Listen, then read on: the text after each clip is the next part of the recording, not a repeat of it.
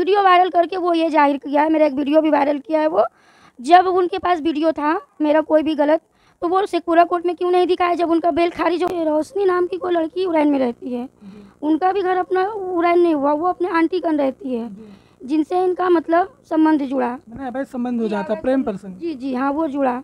तो ये हमको बोलते थे, चिढ़ाते थे, तो हमको लगता था कि हमको ऐसे चिढ़ाते हैं, हम समझ नहीं पाए, तो हम इग्नोर करते थे हर बात को। लेकिन कुछ कुछ देखने में ऐसा आता था, मारना पीटना, जैसे कि एक पति पत्नी में जो होता है। 2017 से मतलब विवाह मेरा शुरू हुआ। बात ये था कि ये बहुत टॉर्चर करते थे हमको। गल्फ में एक साल रहते थे या 2 साल 1.5 साल रहते थे, और 1 महीना 2 महीने के लिए घर आते थे। नमस्कार, मैं सोनू कुमार, आप देख रहे हैं SK24 न्यूज़। इस वक्त हमारी मौजूदगी अभी शेखपुरा में है, और शेखपुरा का एक बेटी है जिनका शादी लखीसराय ज़िले के कजरा थाना अंतर्गत उरैन में होता है 2014 में। और इनके माता पिता तिलक दहेज देकर खुशी खुशी शादी करते हैं, और ये खुशी अपने ससुराल चले जाते हैं।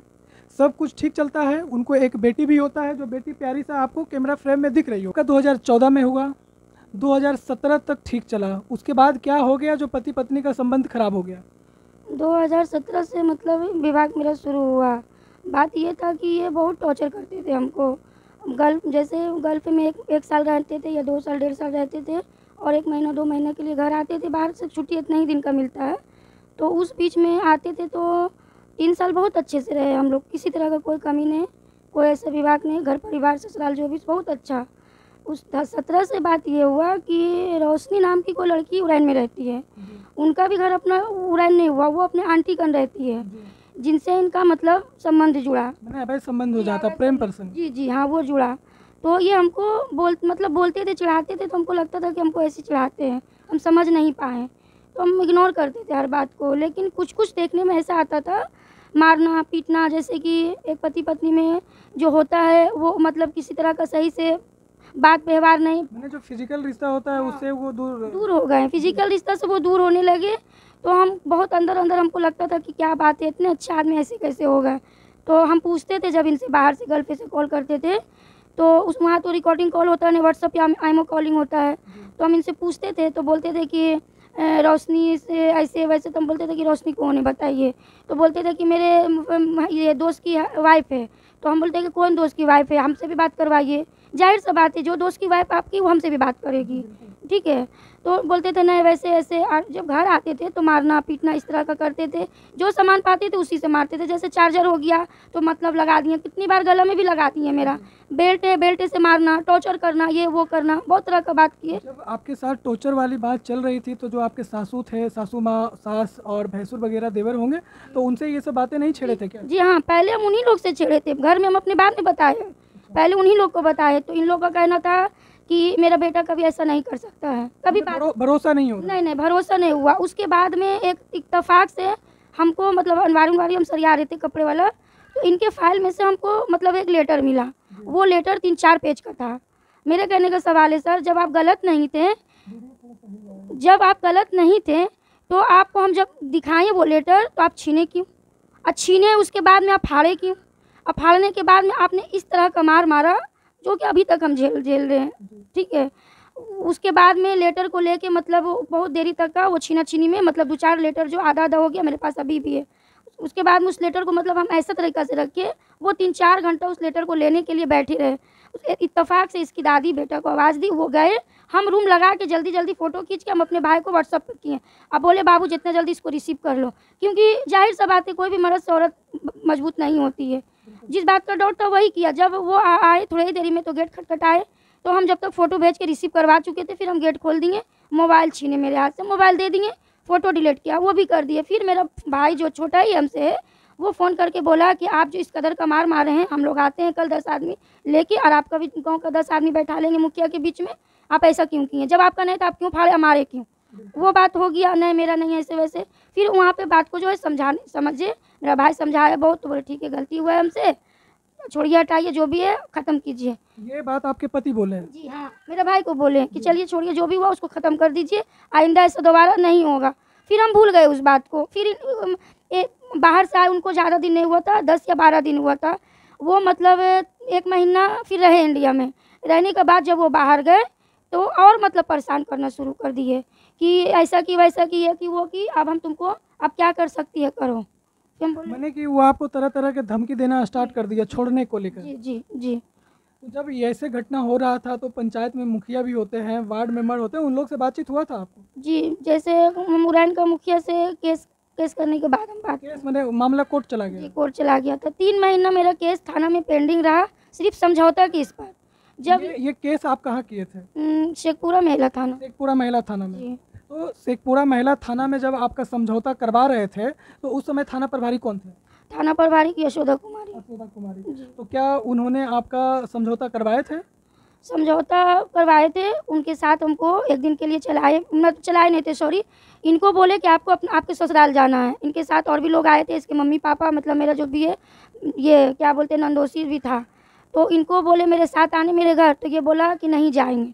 जब बोला नहीं जाएंगे तो मतलब थाना प्रभारी बोली कि आपको जाना होगा, आपका ससुराल अब क्यों नहीं जाइएगा। तो बोलता है कि आप मारपीट करती है। तो मैम बोली कि ऐसा नहीं होता है, मारपीट करेगी तो हम थाना से भेज रहे ना, हम कार्रवाई करेंगे, ऐसा नहीं है कि लड़का के लिए कानून लड़की के लिए नहीं है। फिर वो हमको चलाएं। जब ये गिरिंडा चौक आए तो ये क्या किए, बस पर बैठ गए जाके, बहनों इसको खींच के टेम्पू पर से मेरे साथ से बस पर ले जाके बैठ गए लखीसराय कि तुमको नहीं जाना। थाना में बोल दिया ना कि हम जा रहे हैं, अब तुम घर चलो, जो होगा हम देख लेंगे। फिर हम उसी पर थाना आए, हम बोले देखिए मैडम वो चला गया है, हम अपनी मम्मी और जो भी मेरा जो 1-2 परिवार है हम घर जा रहे हैं, मेरे साथ वो मेरा घर नहीं जा रहा। मैडम फ़ोन की, बोले कि कल सुबह तुमको आना है, कल तुमको हम तुम्हारे नाम पे केस करेंगे, तुमको कस्टडी में लेंगे। अभी कहाँ तक जा चुके थे नहीं मालूम, ये क्या बोला वो भी हम नहीं सुने। मैडम बोली कि आप आधा घंटा रुकिए, लड़का आ रहा है। हम लोग आधा घंटा ठीक वेट किए तो वो आया, अकेला आया। आने के बाद बोला कि ठीक है चलो। रात भर वो मेरे घर में नौटंकी किया, इस तरह से मतलब हम लोग को परेशान किया कि हम लोग इसके साथ कुछ करें, लेकिन हम लोग क्यों करेंगे, घर का दामाद है, आप गलत है, आप गलत साबित होइएगा किसी भी हाल में। रात भर लाइन पे रहा, कभी इसका भाई, कभी बहनों, कभी माँ, कभी बहन। ऐसा लगता है जैसे कि हम उसके लिए कुछ कर रहे हैं, दुश्मन है हम। जरा इस बात को आप गौर से सुन लीजिए। अगर कोई पीड़ित महिला, पीड़ित बेटी भरोसा करे तो किस पे करे? पहले तो इनके माँ पिताजी सौंप दिए अपने दामाद के हाथों। इनको पूरा भरोसा था कि दामाद के साथ ज़िंदगी बेटी का खुशी खुशी गुजर जाएगा। जब जवान होती है तो माँ पिताजी कीमती समय से मेहनत कर 1-1 रुपया जमा करते हैं और अपने बेटी को दहेज देकर, अपने जो दामाद होने वाले होते हैं उनके पिताजी को दहेज देकर अपने बेटी को शादी कर साथ चला देते हैं। अब थोड़ा सा माजरा को जानिए। इनकी शादी 2014 में हुई थी, 2017 तक सब कुछ ठीक ठाक चला। उसके बाद 6 महीना इन्होंने इंतज़ार किया और इनके जो ससुराल वाले हैं इनको प्रताड़ित करना स्टार्ट कर दिए और ये शेखपुरा महिला थाना में गए। महिला थाना में जब मामला गई तो महिला थाना का जो थाना प्रभारी थे वो पंचायत करवाने का प्रयास किया। अब समझिए कि इनके साथ एक 7 साल की बेटी है और ये दर दर की ठोकर खा रहे हैं। कभी महिला थाना की ठोकर, कभी कोर्ट की ठोकर, कभी ये अपने ससुराल कजरा थाना की ठोकर। और कजरा थाना का जो प्रभारी है इनको मदद करने से बिल्कुल नहकार गए। वारंटी घोषित भी किया गया था कोर्ट में, गिरफ्तारी की बात हुई थी और आज तक गिरफ्तारी नहीं। चार्जशीट होने के बाद जो है कोर्ट चार्जशीट करने के बाद वो मतलब लोकल थाना को दे दिया जाता है, मतलब कजरा थाना को दे दिया। कजरा थाना को केस आ गया और NBW अभी भी जारी है इनके ऊपर, SDGM कोर्ट से अभी भी वारंट है इनके और ऊपर। आज तक गिरफ्तारी नहीं हुई? आज तक गिरफ्तारी नहीं। तो आपको न्याय मिला? पिछले मैंने कि 4-5 सालों से आप लड़ाई लड़ रहे हैं? जी 2020 से हम लड़ रहे हैं। 2020 से लड़ रहे हैं। अब क्या लगता है, आप क्या उम्मीद रखते हैं? अगर आप लगातार प्रयास कर रहे हैं, आपके अगर ससुराल वाले पे दबाव बनेगा तो क्या आप ससुराल में रहना चाहिएगा? हम तो अपने हस्बैंड के साथ ही रहना चाहते हैं। मैंने आप हस्बैंड के साथ रहना चाहते हैं, आपके हस्बैंड आपको साथ रखना नहीं चाहते हैं? नहीं, उसका घर वाला का मतलब सवाल है और उनका भी ये राय है कि हम नहीं रखेंगे। वीडियो वायरल करके वो ये जाहिर किया है, मेरा एक वीडियो भी वायरल किया है वो।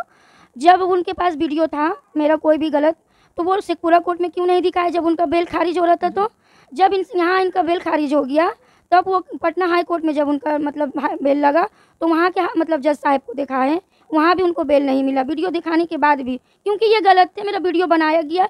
जब हमको शेखपुरा कोर्ट से ये 1 महीना के लिए लेके गए थे विदा करा के, मतलब हम अपने ससुराल गए थे, उस बीच में ये अपने गल्फ में रहने वाला एक इसका दोस्त है जिसका नाम है रहमत आलम, वो रहने वाला है जम्मू, मतलब आमीन गांव पड़ा उसका, ये लोग रूम पार्टनर था। और उस लड़का पर हमने पता किया है ऐसा केस 2-3 और भी है साइबर क्राइम का, उसका काम ही है वीडियो वायरल करना।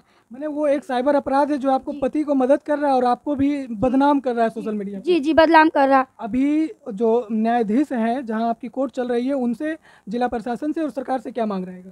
सरकार से मेरा यही मांग रहेगा सर कि हमको न्याय दिया जाए। मेरे पास एक बच्ची है और हमको कुछ नहीं चाहिए। आपका क्या नाम है? मेरा नाम आरजू तमन्ना। आपका घर कहाँ पड़ता है? मेरा घर शेखपुरा जिला बड़ारी जी। और ससुराल कहाँ पड़ता है? ससुराल लखीसराय जिला उरैन। उरैन, मैंने कजरा थाना अंतर्गत। आपके हस्बैंड का क्या नाम है? मेरे हस्बैंड का नाम है मोहम्मद साहिल, गल्फ में रहते हैं, इलेक्ट्रीशियन का काम करते हैं। जैसे ये पीड़ित महिला साल की एक बेटी है और ये दर दर की ठोकर खा रहे हैं।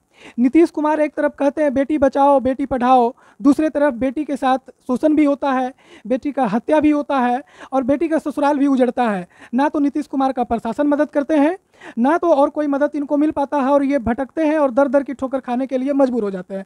बाकी आप इस वीडियो को देखिए, वीडियो अच्छा लगे तो इस बेटी को न्याय दिलाने में आप मदद कीजिए, ज़्यादा से ज़्यादा वीडियो को वायरल करने में मदद कीजिए, शेयर कीजिए।